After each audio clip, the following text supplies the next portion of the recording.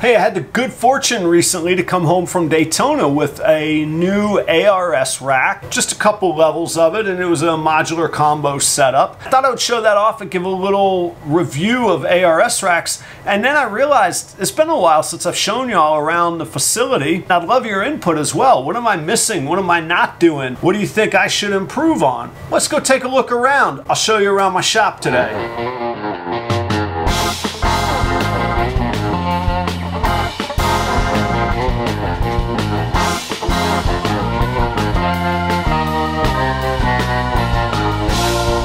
What's going on, everybody? It is Adam at Proper Royals. Thank you for joining me here today on the Proper Royals channel. This channel is all about my family's journey to becoming and building a ball python business, and we document everything right here on the channel. We've been doing this channel for coming up on 2 years now, so we got quite a lot of history, almost 300 videos for you all to check out. If you haven't subscribed, I hope you would consider subscribing and hanging out a little bit in the future so you see where we get to go to and where we land. We do our best to share everything as transparently as possible: business, marketing, social media, breeding, egg cutting, all that kind of stuff. Hey, thanks for being here. It's been quite a while since I've done like a facility tour or show you around what I do, and part of why I like to do these videos for my own selfish reasons is it's a documentation of where I've started from, where I came from, and where I'm at now. Attaching a timeline to that sort of thing is fulfilling to me. Why I share it is I hope first that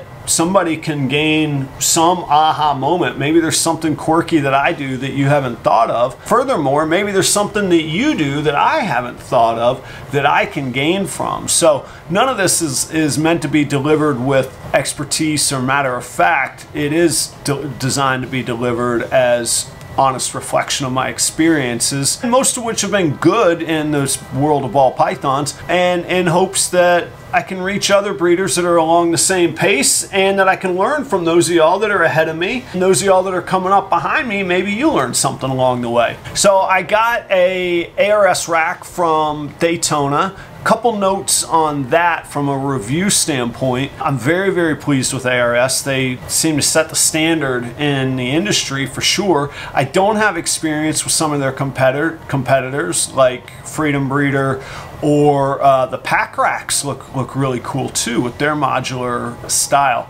I like these better than some of the PVC options out there. If I were going to go with a PVC rack, frankly, I would go back to my DIY days of building them myself. Now that I've had ARS racks, there's nothing wrong with DIY racks for sure. That's what got me off the ground, and some really successful people and like mentors of mine use them. But I love these ARS racks. Like I say, I've been spoiled by them. I'm able to clean a little bit more quickly because I don't have the locking lids, of course. I like their durability. They're built very, very well. They're engineered very nicely. They're very good quality engineering. The parts are good. The downside is putting them together. It's kind of like an IKEA project, and I'll tell you what, I did a video once on time versus money equation, and most of the time for me, if something's going to take me a long time, I would rather just pay to either have it done so I could get on with other things, because I can make more money in other ways. That's sort of the theory behind me not breeding rats. I could save some money breeding rats, but I would lose the time, so I couldn't be making the content, couldn't work my other job, work on my other businesses, etc. This ARS rack kind of pushes that envelope. Like, they have so this was a hybrid rack, which you have to assemble yourself. Their original racks, I think, this could be wrong, I would have to research. Somebody comment, straighten me out, let me know. I think their original racks ship assembled. Now they're expensive. The hybrid racks are expensive. The original racks are even more expensive. It's not like I'm a guy that throws around thousands of dollars to save time. So I don't know, but let me tell you, it was a full day's project, and this was only half of a rack putting it together. Anyhow, that's a little bit to consider. Otherwise, I have not been disappointed by ARS racks. The quality is great, the build, the craftsmanship. The instructions are a little hard. It's like, you know, like I say, you're kind of back to that IKEA experience. They do have great support. If you call them, you can message them on Facebook. I get responses pretty quick. Instagram, they also reply as well. I do recommend them. Let me get up from the desk. Let's hook this thing up to the old mobile tripod here. Let's go check out my facility and we'll get back to the ARS rack and I'll tell you about what I got going on there with it, why I like it, and how I ended up situating my room. Let's go. Okay, so I'm here in my garage, and I think I've always been pretty transparent about it, but what I did was I converted a two-car garage. It's 20 feet by 20 feet. Everything I'm going to show you today fits in 400 square feet. Just because of life and the house that we chose and the way that life shook out, this is where my facility has to be. The animals weren't going to be inside the house because of space constraints and that sort of thing. So what you might not realize is where I film from for my video is here in the garage. It's become smaller and smaller, but my rehearsal space for music, which is one of my other businesses, I'm a professional musician, that is right here in front of the incubator. So in between the shelving and the incubator is where I have about 12 square feet to rehearse, and then the rest really is dedicated to the snakes. So I'll give you a quick tour around real fast here. All right, check it out, guys. There is the studio. That's where I work, my desk where I work the day job. It is a working desk. I know you guys never get to see that clutter. That's on purpose. This is my incubator, and that thing is as big as it looks. It's an old wine cabinet that doesn't function anymore, but the box is great, and the thermostat's up top there. And I actually drilled the top hole, and all of the wires go in right through the top, and that's sealed off, so I don't have to worry about running wires over gaskets or anything like that. So the desk and the incubator there, and then this wall right here is the wall of a room that I built inside of this room, and that is the snake room. We'll go in there in just a second. For temperature control, I use a Mr. Cool mini split. That has been great. I self-installed that, and I'm fairly handy, but I'm not like HVAC tech handy, and I was able to install that myself. One thing I'll say, whether you're in Florida or anywhere else, because attics are hot, I have installed R38 is the insulation rating. It's a 14-inch thick insulation. And when I did that, the temperature on the ceiling dropped about 20 degrees. The Mr. Cool was handling it, but it was chugging along, and my electric bill went up about 50%. Not $50, 50%. Since I put in that insulation, it's come way down. I have it set at 82. It's keeping the room at 79. It's September 3rd in Jacksonville, Florida. I can tell you it's 90+ degrees outside there right now. One of my favorite parts of my facility is my sink. And you can see I've got a little bit of cleaning to do, but I've got my stainless shelf above it. And then these are all clean tubs. And these are 55/40s. That's a 70/30. And those fit on the drying rack just fine. I put some stick-on tiles, waterproof vinyl tiles on the wall to make a backsplash so that the sheetrock stays well. So if you're wondering why I have a room inside of a room, it's really for the heat purposes. The Mr. Cool mini split handles cooling off the garage, but it's when I need to heat. I can work in mid 60 degree temperatures, and if it gets below that, then I'll have the mini split kick on and heat it up. But in this room itself, I got an oil register heater, and that is not hooked up right now. I wouldn't leave it that close to the wall. But I do that, and I have the little fan. Now this whole room, somebody got on me once saying that fan wasn't big enough. This whole room is 8 feet by 10 feet. So this is 80 square feet of room right here, which is not very much. So that little fan actually does very, very well. Down low, the temperature reads 81. Up high, it reads 81.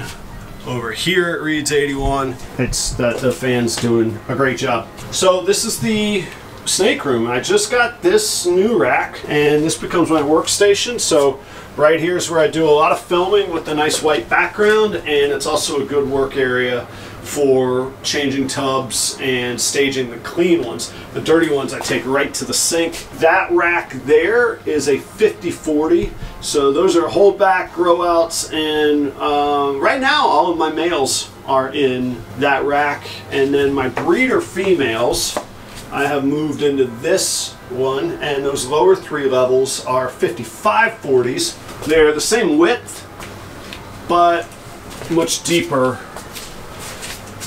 There you go, there's a pretty good comparison. Much deeper. They give the females a longer space to stretch out and that kind of thing. So 5040, 5540. That big rack is the 5040. These lower levels for the breeder females are the 5540s. And then the very biggest ones are the 7030s for my very biggest females. The ones that are flirting with or that will get to 3,000 grams, I'll put in this 7030 rack. But really, those 5540s are good for most females. And to be honest, my first 2 breeding seasons, I was using racks that were the size of the 5040s. And I've still got a couple breeder females in those. Let's see what this one looks like here. This girl gave me eggs earlier this year. You could see she still doesn't look crowded in there. She's comfortable, that kind of thing. Nice and clean. The 5040s worked pretty well. So as they grow up, I'll move them over here.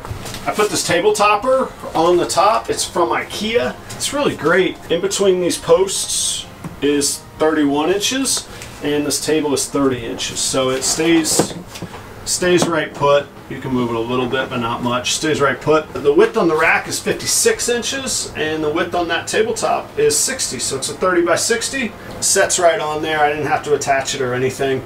And it's got enough weight that it'll stay put and I can wipe it down. Got the Herpstat 2 running both racks, which is fantastic.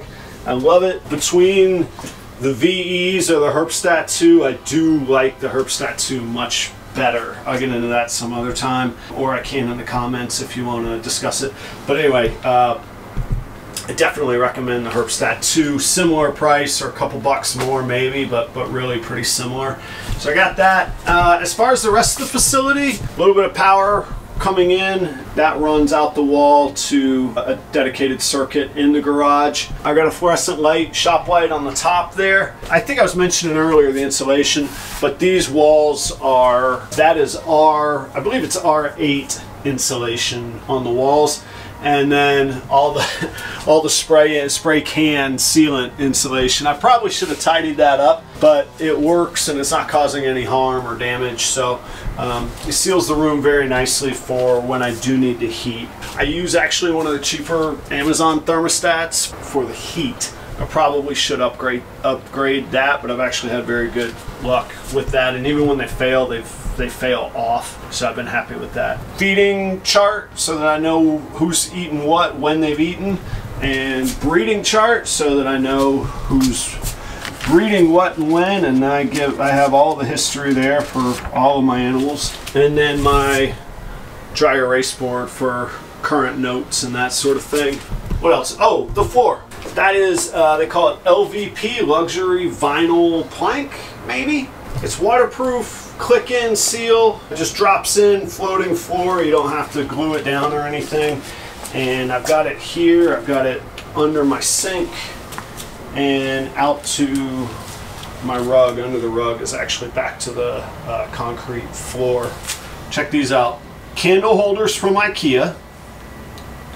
I use those as water dishes for the hatchlings. 49 cents.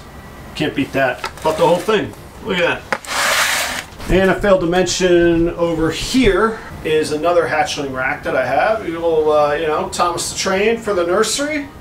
So that's the facility. I do a lot in a very little space. You see now I talk about processes and efficiency systems all the time because I just don't have space to spare. One thing I didn't point out in the video, I put a barn door sliding door so I didn't lose the square footage that comes with a swinging door. That bought me a little bit of space. But what have I missed? What could I do better? What do you more experienced folks think that I'm missing out on, or that I should be paying more attention to, or that I should, you know, do differently?